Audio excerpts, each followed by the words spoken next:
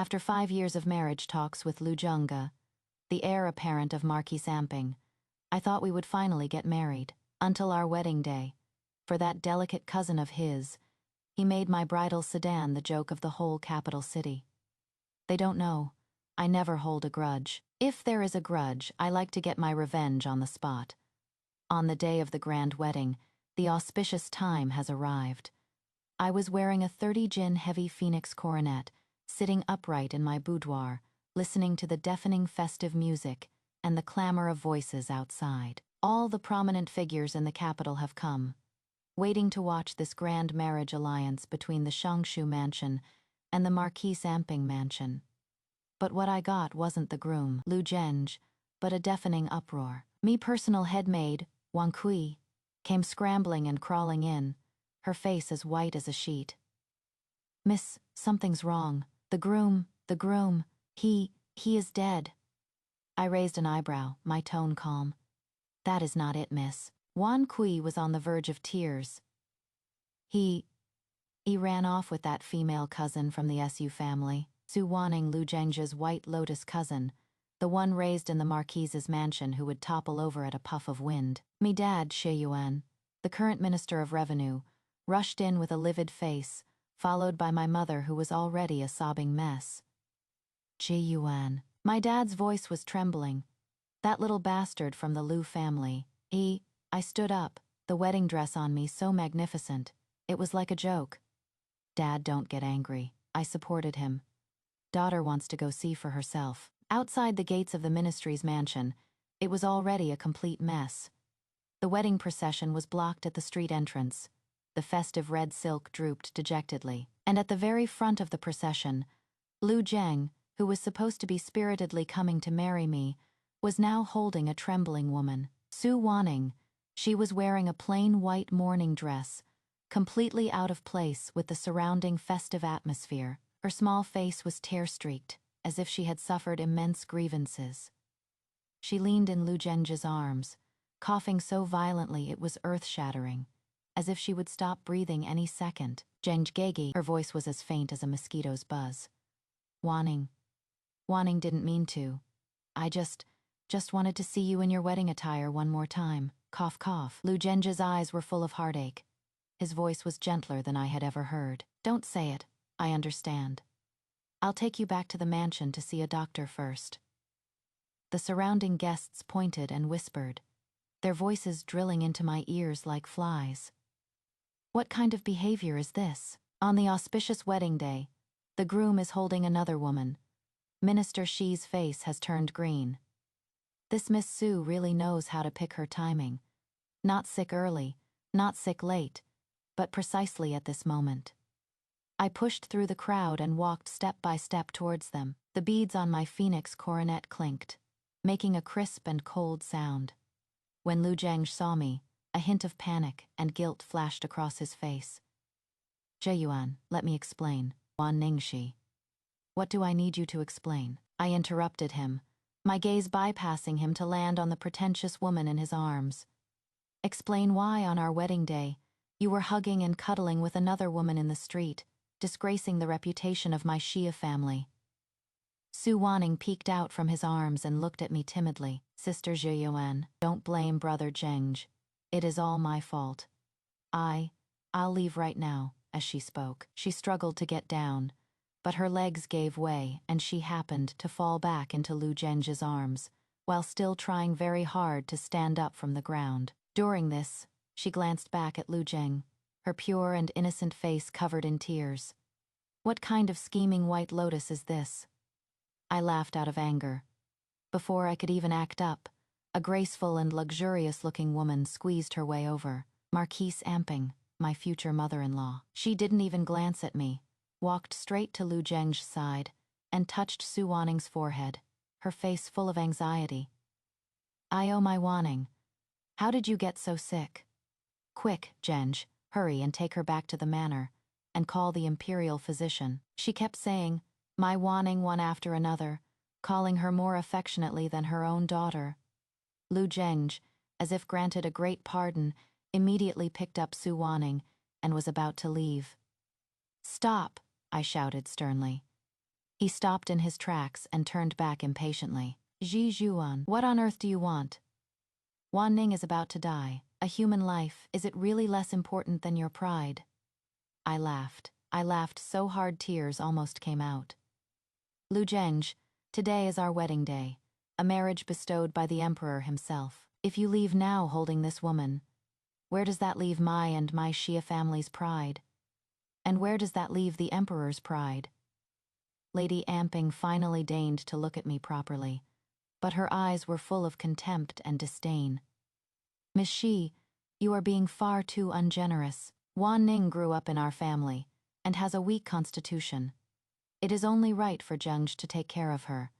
If the auspicious time is missed, we can just hold the ceremony another day. Being so nitpicky, how are you supposed to be the matriarch of my Marquis Amping's residence in the future? What a hold it another day.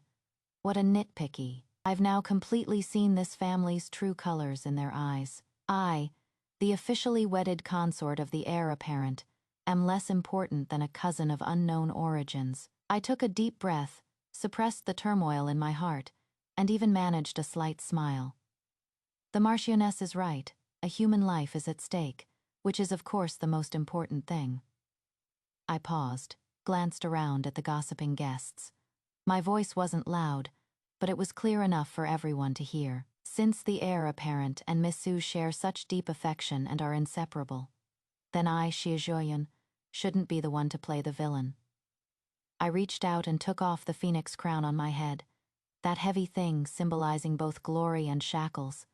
I held it in my own hands. Then, in front of everyone, facing Lu Zhengge's direction, I slowly let go. Clang. The gold-inlaid and jade-encrusted phoenix crown smashed onto the stone slabs, making a loud crash. A few oriental pearls rolled off, just like my shattered heart. The entire place fell dead silent. Everyone was stunned by this crazy thing I did. I looked at the dumbfounded Lu Zheng and Su Wanning in his arms, who had forgotten to cough, and said word by word the status of the Marquis of Amping's household. I, Xi Zhuan, am not worthy of aspiring to. This marriage, my Xi family, is calling it off. Rebellion! This is utter rebellion. Back at our manor, my mother plopped down on a chair, clutching her chest, trembling all over with anger. Zhiyuan, how could you? How could you do such a thing in public, calling off the engagement? You are a girl. Don't you want your reputation anymore? Although my dad didn't say anything, his tightly knitted brows and ashen face also showed the storm inside him. I calmly took off the intricate wedding gown and changed into a set of plain, simple, everyday clothes. Mom, I poured her a cup of tea and handed it to her. My reputation was already gone the moment Lu Zhengge turned around with Su Wanning in his arms. If we lose our reputation, we can find a way to fix it. But you smashed the phoenix coronet. That is slapping the royal family in the face. My mother was so anxious she started crying. Slapping the royal family in the face is exactly what I am doing. My words were shocking, and both my parents were stunned. I walked up to my father and knelt down. Father, your daughter is unfilial, and has brought shame to you and the Xia family today, but I will never regret it. My father pointed at me, speechless for a long time. Father, think about it. Who was at fault in today's incident? I looked up, my eyes shining, and said, the fault lies with Lu Zhengzhi for being fickle, and with the Marquis of Amping's mansion for their poor upbringing of their son, and for being too overbearing. But if we endure this, what will people say? I paused and let out a cold laugh. They will only say that Xi Zhuan is weak and easily bullied, that the Xi family is power-hungry, and that we can endure such a humiliating disgrace just to climb into the Marquis's mansion. By then, it won't be the Marquis of Amping's mansion that loses face, but our Xi family. My father's expression changed, from anger to deep thought. I continued, my smashing the phoenix coronet and breaking off this engagement today may seem impulsive, but in reality, it is throwing the hot potato back at them. Now, the Marquis of Amping's mansion is the one who should be worried. How will they account for this to the entire capital, and how will they account for this to the emperor? But what about the emperor? My mother was still worried. The marriage decreed by the emperor is a blessing, but the Liu family doesn't know what is good for them. Repudiating the marriage in public is a show of contempt for the emperor's grace. This fall of mine elevated the conflict from a private matter between our two families to an issue of the royal family's honor. Dad, do you think the emperor will blame us, the victims, for a subject who shows him contempt? My dad suddenly slapped his thigh. You are right, we're the victims. Having been through the ups and downs of officialdom for years, he instantly understood the crux of the matter. Jiyuan, you've grown up. He helped me up, his eyes filled with unprecedented admiration and gravity.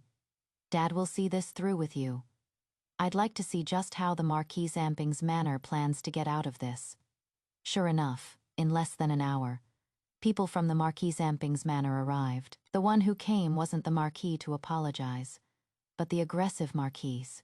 In our living room, she unleashed a torrent of accusations at my dad. Minister Shi, is this how you taught your daughter? Ji Yuan is so reckless, throwing the phoenix crown down in public. This is going to doom both of our families. My dad sat in the host's seat, leisurely sipping his tea, not even batting an eye. Marquise, you are mistaken. My daughter only did what she had to do. On the other hand, your manor's heir abandoned his bride on their wedding day to elope with another woman. How do you explain that? That was a desperate measure for a desperate situation. Wan Ning was about to die. Oh, I walked out from behind the screen and chuckled softly.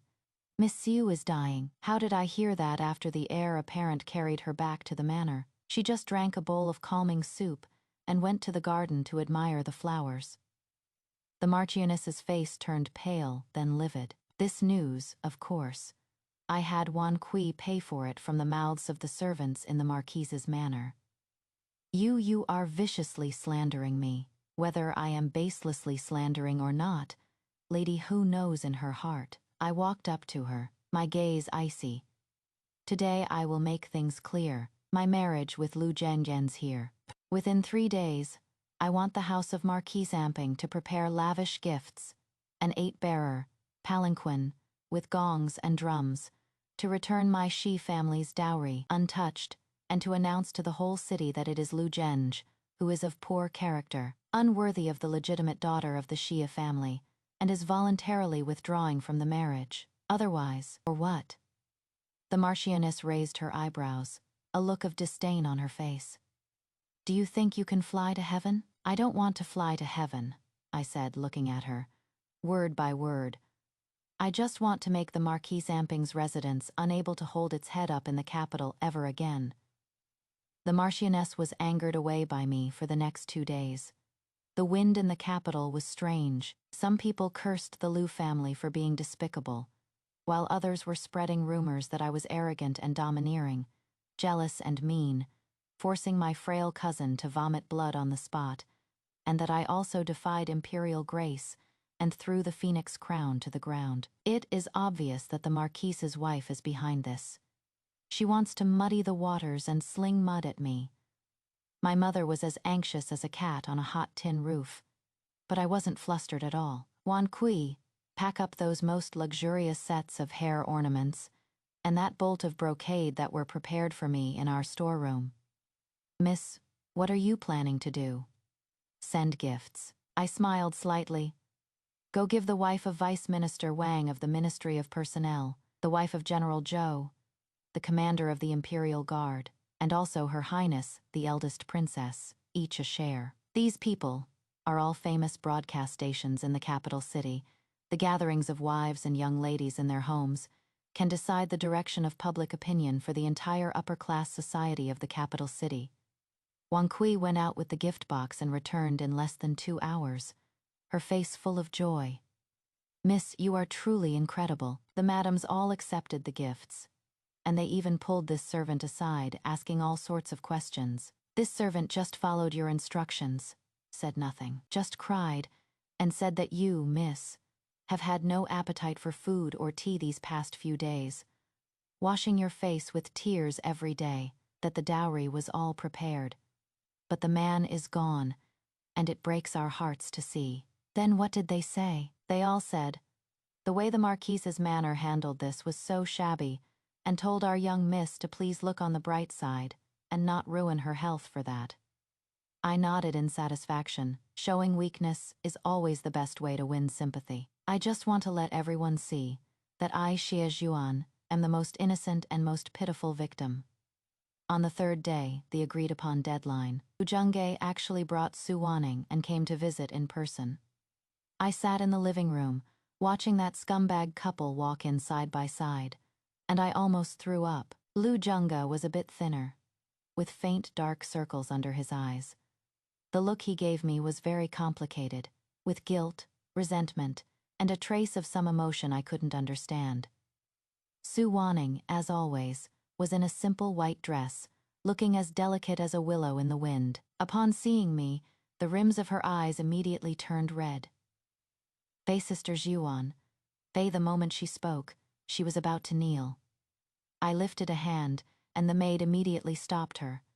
Fei Masu's constitution is delicate. You'd better not perform such a grand courtesy. If you happen to get bumped or bruised, His Highness the heir apparent would be heartbroken. Fei, I said with a fake smile. Su Wanning's face paled, and she stood there awkwardly. Lu Zhengge took a step forward, his voice hoarse. Jiyuan, I've come to Fei to deliver the dowry and the annulment papers. Fei, I cut him off directly.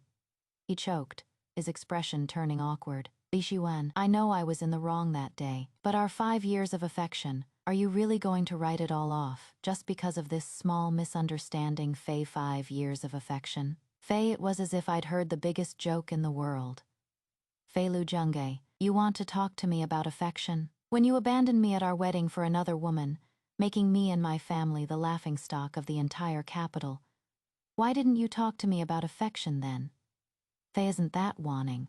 She was really at her limit at the time. Enough. I slammed the table, the teacups rattling. Lu Zhengge, cut the crap. I am sick of it. Seeing this, Su Wanning started her act again. Sister Jiyuan, don't blame Brother Zhengge. It is all my fault. I came today to explain clearly. He and I, we're just innocent. You are what? I asked, watching her with cold eyes. Deep sibling affection or an uncontrollable passion? Su Wanning, let me ask you.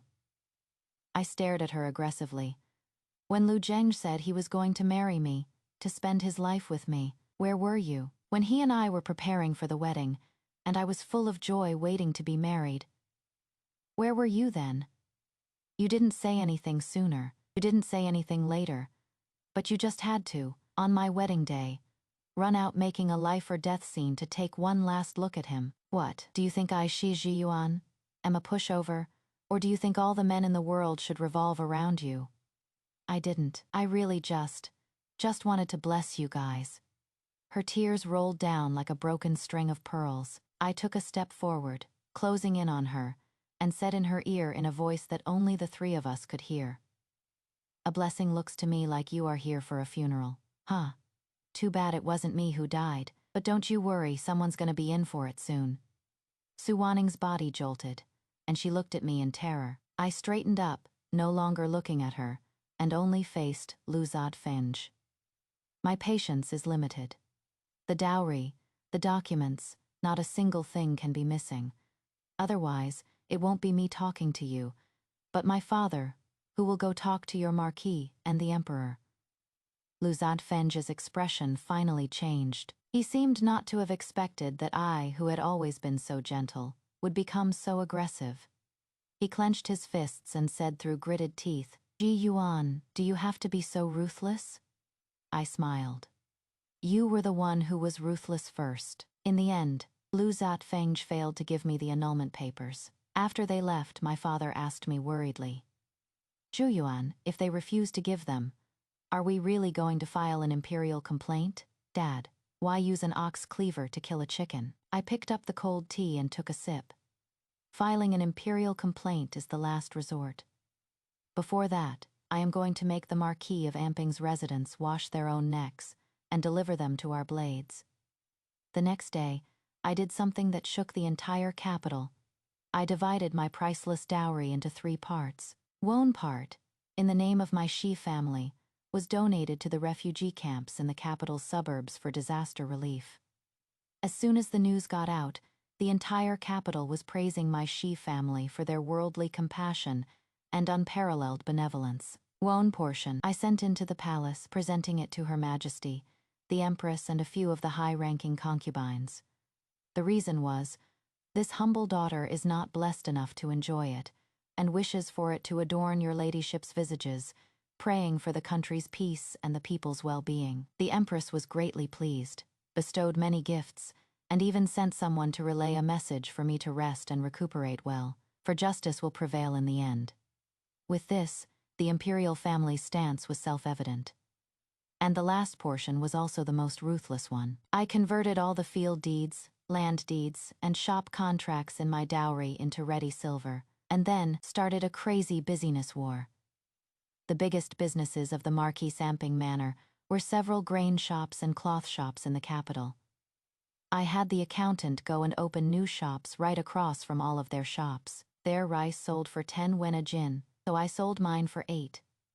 Their cloth sold for 1 tael of silver a bolt, so I sold mine for 8 chien. Not only that, I also spread the word that anyone whose family is having a joyous occasion, a funeral, or is poor and destitute, can come to my Shia family's shops to receive a portion of grain for free. For a time, my Shia family's shops were bustling with people, while the shops of the Marquis Amping's residents were deserted, and the shopkeepers and the assistants' faces were more bitter than bitter melons. In just 10 short days, the Marquis Amping's residents suffered huge losses, almost to the point of a crippling blow. The old Marquis was so angry he took to his bed. The Marquioness came 3 times to scold me, but my dad sent her back each time. That night, the moon was dark and the wind was high. Lu Zhengge climbed over the wall into my yard. He was dressed all in black, his eye sockets sunken, and his eyes bloodshot, like a beast driven to the brink. Ijijuan, he squeezed my name from between his teeth. What on earth are you trying to do? You are going to destroy our Lu family. I was admiring the moon on the veranda, and when I heard that, I didn't even bother to turn my head. Scared now, back when you ruined my Shi family's reputation, why didn't you think of the consequences? That is different. He rushed in front of me, grabbed my shoulders, and shook them hard. That was just about face. Now you are trying to take our whole family's lives. I was getting a bit dizzy from his shaking, and coldly flung his hands away. Lives Lu Zhengge, do you think I would care about your lives? I looked at him and laughed, an incredibly desolate laugh. What do you think I've been doing this past half a month?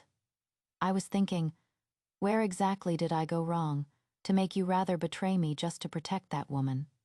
Later, I figured it out. I wasn't wrong. It is you who is wrong. It is your Amping Marquis manner, rotten to the core. You are talking nonsense. I am talking nonsense. I took a step forward, staring intently into his eyes. Dare you say that Su Wanning is just a cousin to you? Dare you say you have no romantic feelings for her? Dare you say that Madame Hu raised her as a future daughter-in-law? Not for the day when you would rightfully take her as a concubine, or even replace me. Lu Zhengge's face instantly turned deathly pale, his lips trembling, unable to utter a single word. I guessed right. This is what is most disgusting, what I can't stand the most. They never took me, the legal wife, seriously at all. Lu Zhengge. I looked at his devastated appearance, a wave of glee rising in my heart. The game has just begun. I am not only going to make your Lu family go bankrupt, I am also going to make you all ruined and disgraced. What else are you planning to do? He looked at me in terror. I gave a faint smile, leaned close to his ear, and whispered, I am going to let the whole world know how you, the heir of Marquis Amping, and your good cousin, secretly had an affair and conceived during the mourning period. Lu Zhengge, as if struck by lightning, took a sharp step back and looked at me in disbelief. How did you know? How did I know? Su Wanning's personal maid had been bought over by me with a hefty sum long ago. That woman has been pregnant for nearly 2 months. This is the real confidence she had to put on that scene of forcing the emperor to abdicate on my wedding day.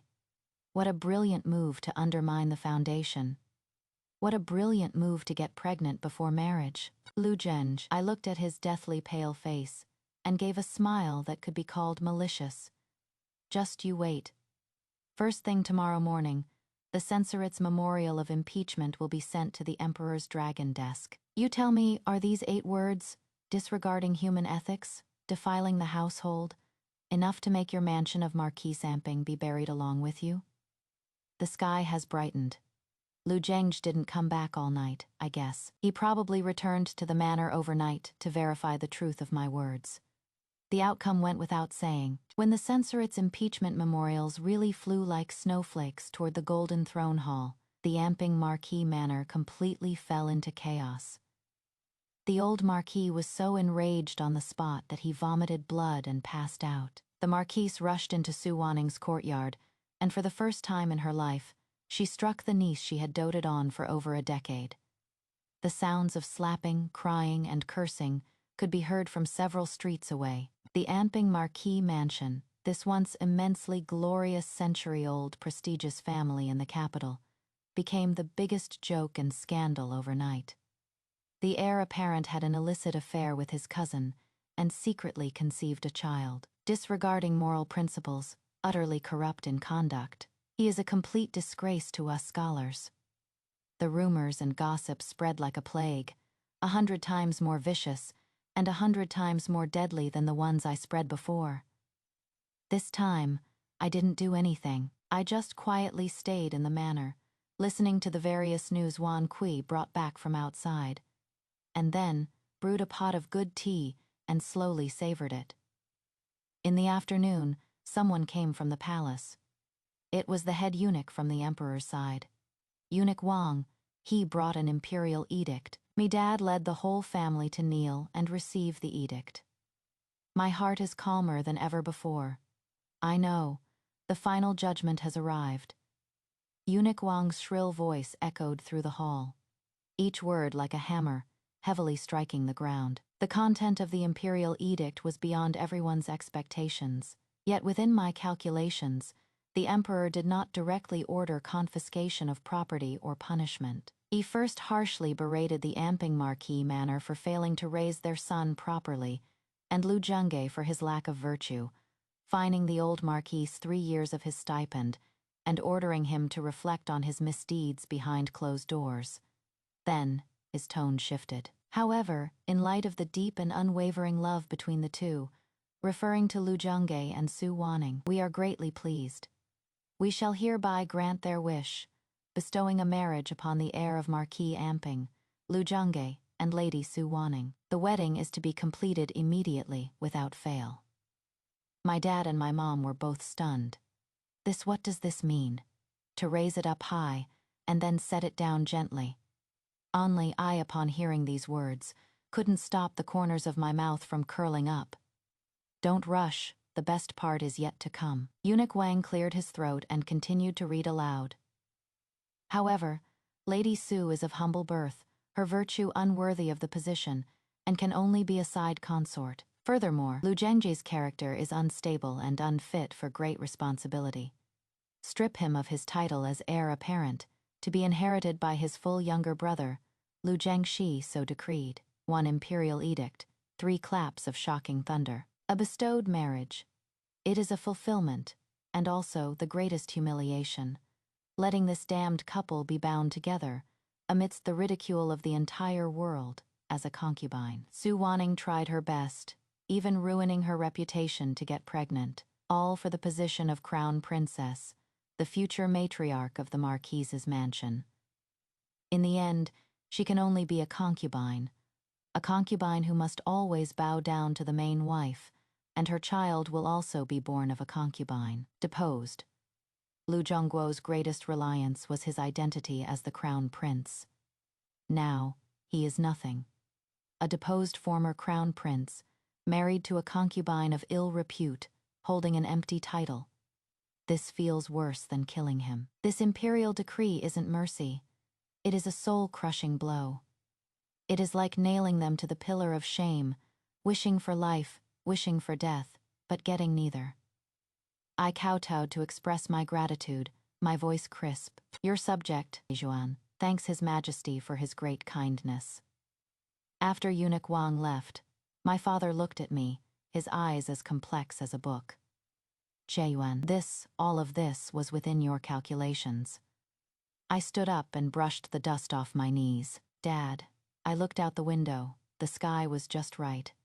I just gave them what they wanted. Lu Zheng wanted his white moonlight. I gave it to him. Su Wanning wanted to marry into the Marquise's mansion. I gave it to her.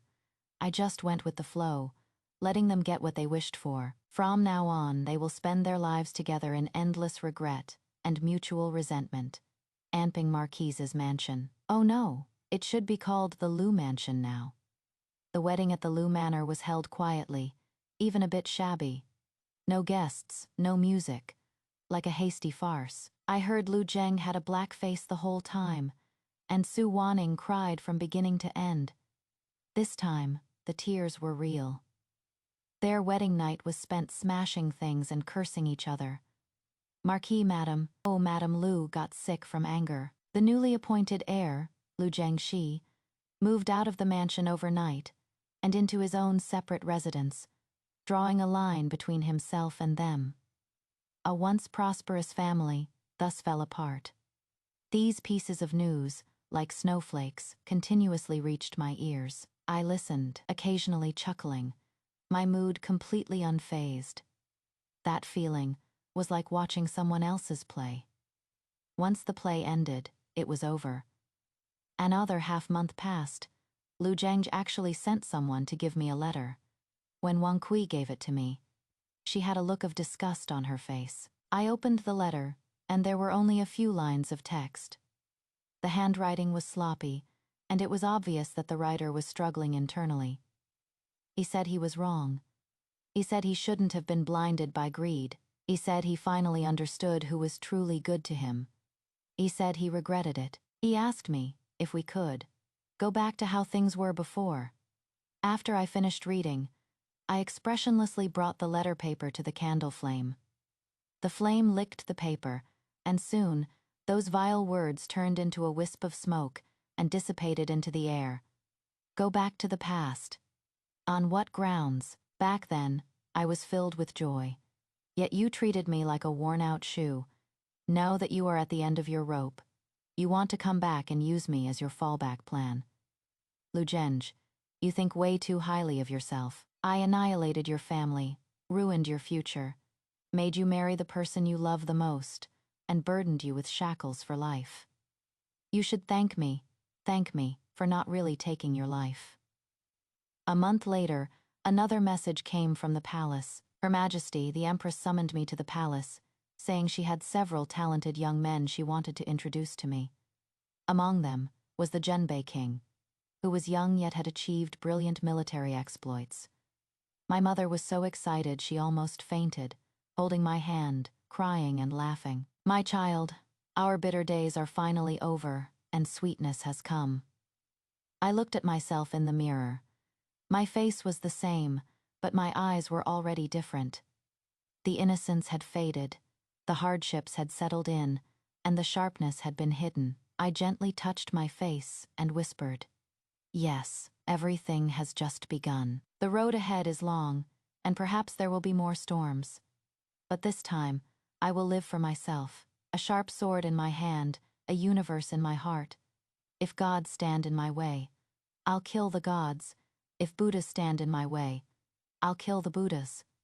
My mom said, "My hardship is over, and the good times are coming." But I feel like I've just climbed out of one mud pit, dusted myself off, and am about to step into another, more magnificent and more dangerous hunting ground. The Empress's flower viewing banquet was held in the Imperial garden. The vibrant spring colors of the entire garden couldn't compare to the brilliant smiles on the faces of these women. They sized me up, both openly and secretly, their gazes filled with sympathy and curiosity, but even more so with scrutiny, scrutinizing a piece of merchandise that had just been given a new price tag. "Ji Yuan, come to my side." The Empress, dressed in a graceful and magnificent phoenix robe, beckoned to me. I moved with light, graceful steps and sat down beside her. She took my hand and patted it, her gaze gentle, but her words were meant for everyone present to hear. This child has suffered a terrible injustice, yet possesses such magnanimity and grace, using her own dowry for disaster relief. She is truly a model for us women of the Great Zhou. With those words, she defined me. I was the victim. I was the great benefactor, and I was of noble character. From now on, if anyone dared to slander me over the broken engagement, they would be making an enemy of the Empress, and an enemy of the virtue championed by the royal family. I lowered my gaze and said softly, "Your Majesty, you flatter me. The nation comes before the family.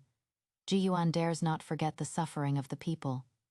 Impeccable, a perfect display of poise, the Empress nodded in satisfaction, then immediately changed the subject. "I have invited a few talented young men over today, and I also want you girls to get to know each other when it comes to fate. Who can say for sure?" My heart tightened. I knew the main event was about to begin. Soon, a few young men dressed in official robes or brocade clothes, led by a eunuch, walked into the garden. Every one of them was dashing and distinguished.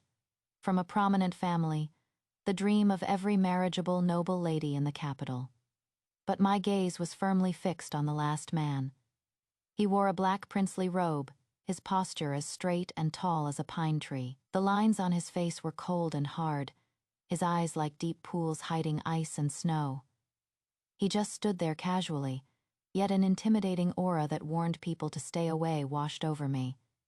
The Prince of Zhenbei, Xiao Changyi, the man who, at only 24, had already slaughtered his enemies on the northern battlefields, until they were terrified at the mere mention of his name. The Empress smiled and said, "The Prince of Zhenbei has just returned from the border to report on his duties. He is usually so elusive, so you little girls are truly lucky today." Everyone's gazes were focused on Xiao Changyi, filled with adoration and awe, but he seemed not to see anyone, his gaze falling directly upon me. That was not the way a man looks at a woman. There was no wonder, no desire. It was an assessment, a scrutiny, like a master craftsman weighing a piece of material to see if it was sturdy, if it was usable.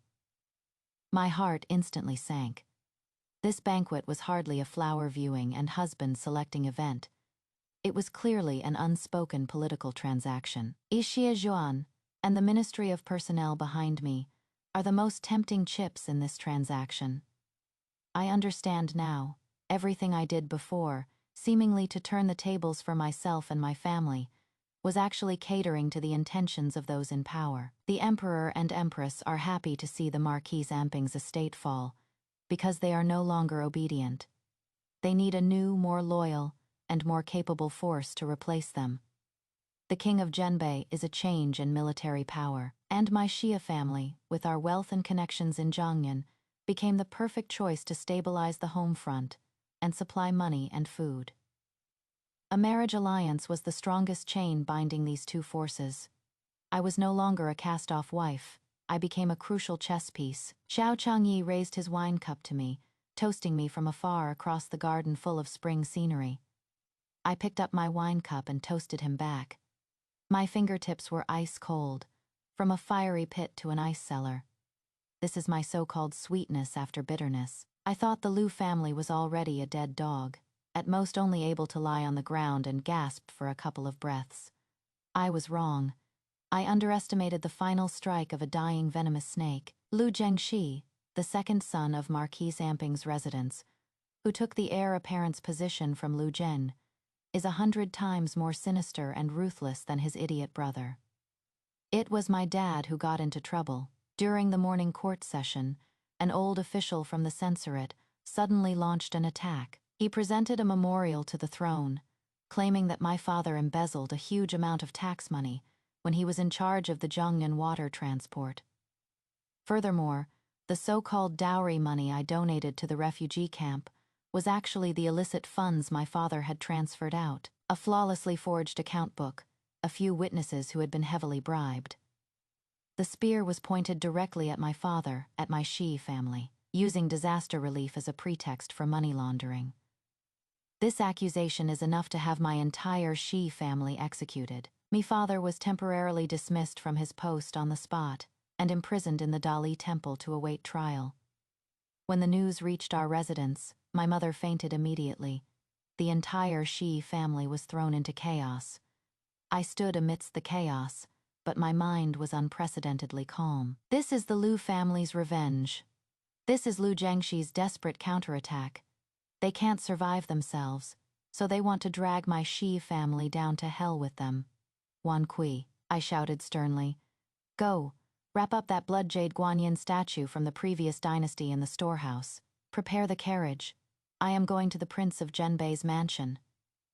My mother woke up from her faint, grabbed my hand, tears streaming down her aged face. Yuan, are you? What are you going to see him for? We're not begging for help anymore. Mother, I interrupted her, my gaze terrifyingly firm. This is no longer about whether we beg for help. It is that they need us. If the Shi family falls, it will do them no good at all. This is no longer a simple family feud. This is a reshuffling of power in the Imperial court. Some people want to use the suppression of my dad to curb the rising new forces. My opponents are no longer just the Lu family, but also those old scheming bastards behind the Lu family, who don't want to see the King of Zhenbei and my Shi family form an alliance. The King of Zhenbei's residence is more modest than I imagined, and also more grim. Xiao Changyi is in his study wiping his personal sword. That sword is said to have drunk the blood of over 1,000 enemies. He was not surprised to see me. You are here. He didn't even look up.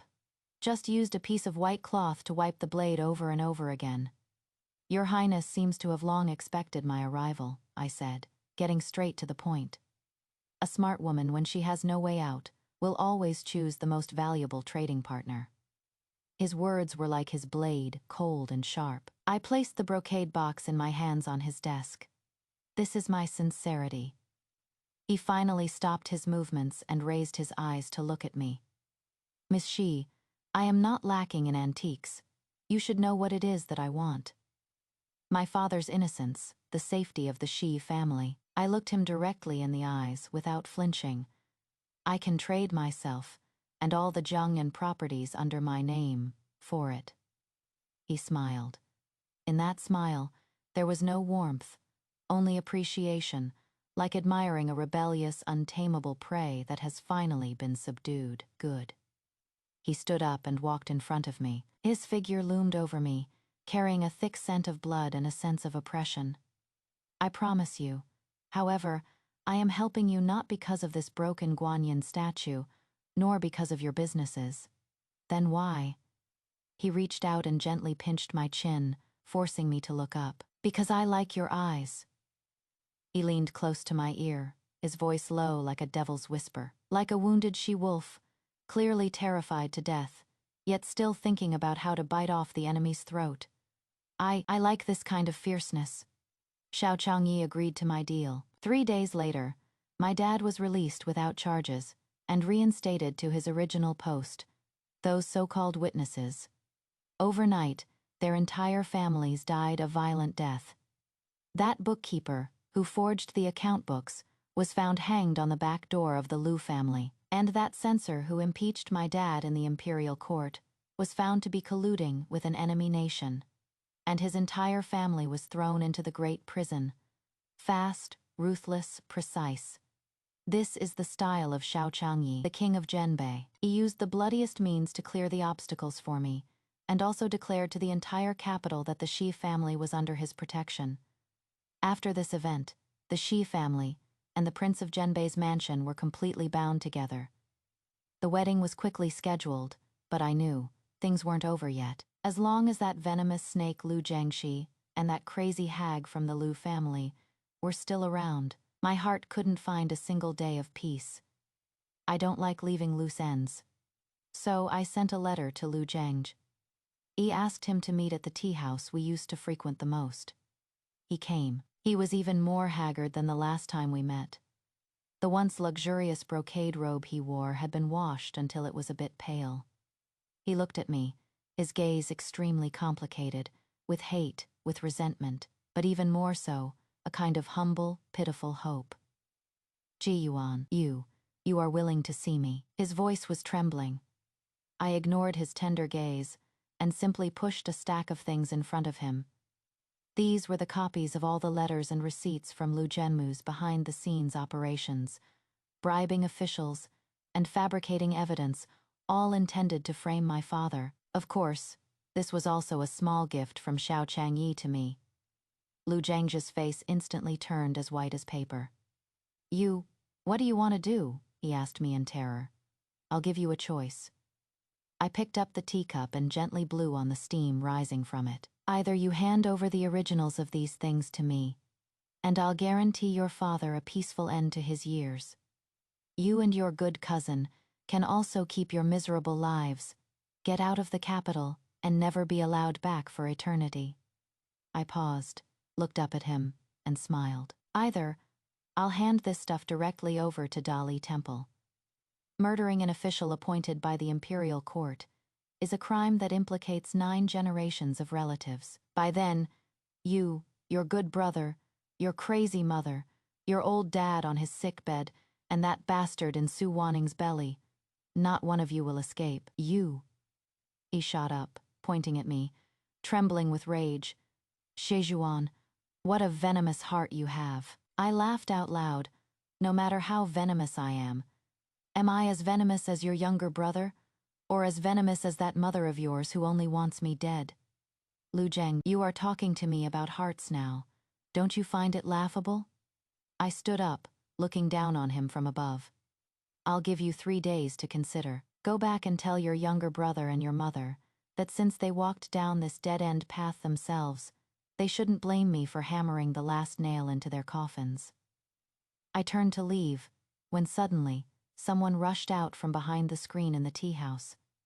It was Su Wanning. Her large belly was already very obvious. She wore a coarse cloth dress, her face sallow, with none of her former pure and lovely demeanor left. She dropped to her knees before me, hugged my leg, and started wailing. Sister Zhuan, I am begging you, please, spare us. We know we were wrong. We really know we were wrong. She cried until she was out of breath, her face a mess of tears and snot. The child is innocent. I am begging you, for the child's sake, spare us. I looked down at this woman who once trampled me underfoot, but was now groveling like a dog, and I felt not a single ripple in my heart, only disgust. So now you know the child is innocent. I kicked her hand away, my voice as cold as ice. Back then, you used this child to force the palace, ruin my marriage, and shame my Xia family. Why didn't you think he was innocent? Now, your man, your mother-in-law, your brother-in-law are all sending my whole family to the guillotine, and you've come to beg me. I squatted down, pinched her chin, looked into her terrified eyes, and said word by word, let me tell you, it is too late. This game, from the day you decided to have me killed, there has been no turning back. Not only do I want you all dead, I want you to die disgraced and infamous for eternity. 3 days. I gave Lu Zhengguo 3 days to put on a good show of brothers, fighting and mother and son turning against each other. These 3 days, I lived a leisurely and carefree life.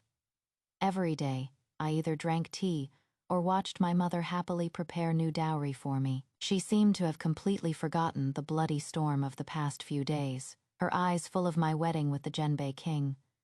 She said Xiao Changyi was a heroic figure, a true hero, and my good match. I smiled and said nothing. Good match, perhaps. At least, he is a sharp enough knife to help me cut through all thorns. That is enough. At dusk on the 3rd day, Lu Zhengguo sent someone to deliver a box. I opened the box. Inside, a stack of yellowed letters and receipts lay quietly. It was his pledge of allegiance. It was the butcher's knife with which he personally severed the last glimmer of hope for his own family. I can even imagine what kind of hell on earth the Lu residence has been for the past 3 days.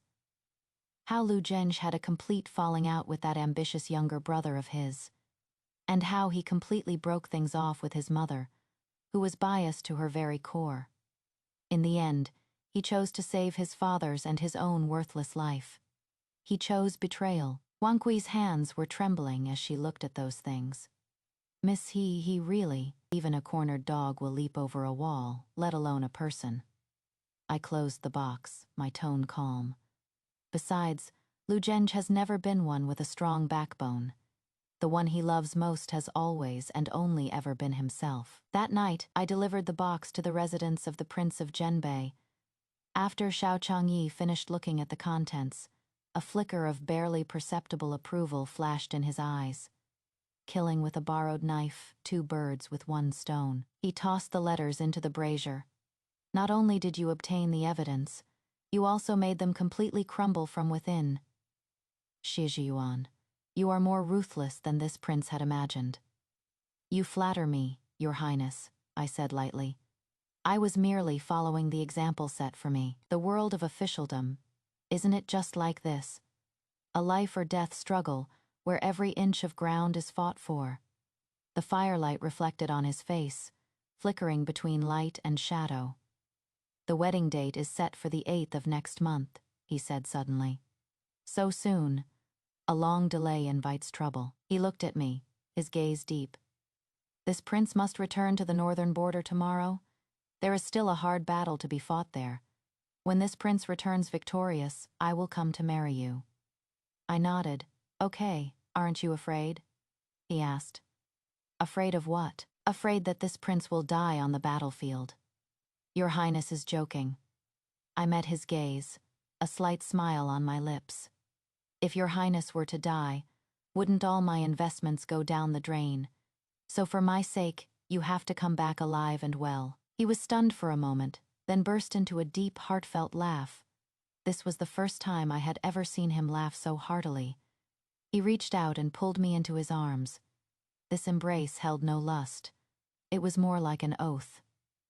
Zizhuan, he said in my ear, wait for me. When I return, I will give you a truly great gift. Xiao Changyi left. But the capital was once again thrown into turmoil because of the things he left behind. The Lu family was finished, completely and utterly finished. The crimes of assassinating a court official and attempting to subvert the court, once confirmed, were something not even the gods could save them from.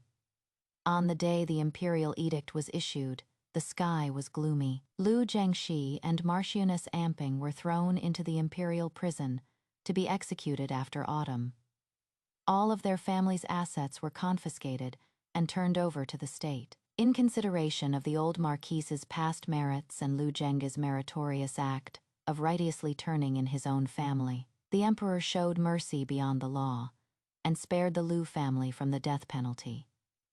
The old Marquis was stripped of his title and reduced to a commoner. Overcome with rage, he breathed his last that very night, and Lu Zhengguo was stripped of all his titles and honors and driven out of the capital with his premature and frail wife and child. It was drizzling the day they left. I stood by the tea-house window, watching with my own eyes as the dilapidated carriage slowly drove away on the muddy official road. Lu Zheng sat on the carriage shaft, dressed in plain cloth, his back hunched, like an old man who had aged 20 years in an instant. Su Wanning held the child, huddled in the carriage, not even daring to show her head. This was the ending they got when they sought benevolence, and received benevolence. From then on, the world was vast, and they would, with endless regret and poverty, in some unknown small place, barely cling to life, tormenting each other until death. And I, Shijian, standing at a height they could never reach, watched with cold eyes. Wang Kui said softly behind me, "Miss, it is all over." I shook my head. Number I looked north to where Xiao Changyi was fighting on the battlefield. This is just the beginning. Half a year later, the northern border achieved a great victory. The king of Zhenbei, Xiao Changyi, led his army back in triumph. He was clad in blood-stained armor, riding a tall horse, from the Vermilion Bird Gate all the way to the Imperial Palace, receiving the cheers and worship of all the people. On that day, the capital was deserted. I was also in the crowd, watching him from afar. As if he sensed something, his gaze pierced through the surging crowd and landed precisely on me. He showed me a victor's smile. I saw, in the procession behind him, a prisoner's cart. In the cart, a man with disheveled hair and a gaunt face was locked up. That was the captured Chanyu of the enemy nation. I instantly understood what Xiao Changyi meant by the great gift. He was sending me. On the wedding day, the auspicious time arrived. This time, there were no accidents, no complications. The 10 li red dowry procession stretched from the Xia family residence all the way to the Prince of Zhenbei's mansion. All the citizens of the capital came out to watch this magnificent wedding. I wore the wedding dress bestowed by the Empress, a phoenix crown on my head, sitting in my boudoir. This time, my heart was as calm as still water. The wedding procession arrived on time. Xiao Changyi personally kicked open the sedan door and held out his hand to me. He had changed out of his armor and was wearing a bright red wedding robe, looking imposingly heroic. "I've come to marry you." His voice, as deep as ever, carried a trace of tenderness I had never heard before. I placed my hand in his palm. His hand was large and warm, covered with thick calluses from years of wielding a blade, having kowtowed to heaven and earth and to our parents. We were sent into the bridal chamber. Red candles burned brightly, the room filled with auspicious joy. He lifted my bridal veil and looked at me under the candlelight, his eyes as deep as the sea. "You look beautiful," he said. I smiled. "Your Highness, I am afraid that is not all you want to say." He nodded, and from his bosom he took out an item. It is a seal, phoenix-shaped, made of pure gold. "What is this?" I asked. I won a great victory this time, and the Emperor was overjoyed. He asked me what reward I wanted. I asked him for one thing. He thrust that phoenix seal into my hand. "Personally bestowed by the Emperor, a rank above the first, the Lady Protector of the nation. When you meet an official, you are one rank higher. You can mobilize my 3,000 personal guards. You can report directly to the Emperor, and you can supervise all the officials." I held that heavy phoenix seal, my palm growing hot. This was no longer just some honor and favor. This was overwhelming power. "Your Highness." I looked at him and asked, word by word, "What do you really want?" He smiled, reached out to stroke my face, his gaze burning. "I told you, I like your vicious streak. This capital is a pool of murky water. The inner palace, even more so, is a man-eating place. I am away all year round and cannot fully protect you. So, I don't want you to be a delicate flower that needs protection." He looked at me, the ambition and possessiveness in his eyes no longer concealed. "Zhiyuan, I want you to be the sharpest sword in this world, to be the phoenix who stands by my side. I want it so that no one in this world dares to bully you or humiliate you again. I want you to stand by my side, to watch with me this vast land, this everlasting dominion." The flame of the red candle flickered gently. I looked at the man before me, this man who had laid both power and love before me, in the most domineering way. I smiled. So after going in such a big circle, ruining a marriage, destroying a family, and fighting a court official, what I ultimately got was not a husband, but a co-conspirator. A co-conspirator who could rule the world with me. I took the initiative to move closer and kissed his lips. So be it. Love may be illusory, but power will never deceive. This phoenix crown, I will wear it. This world, I will take it.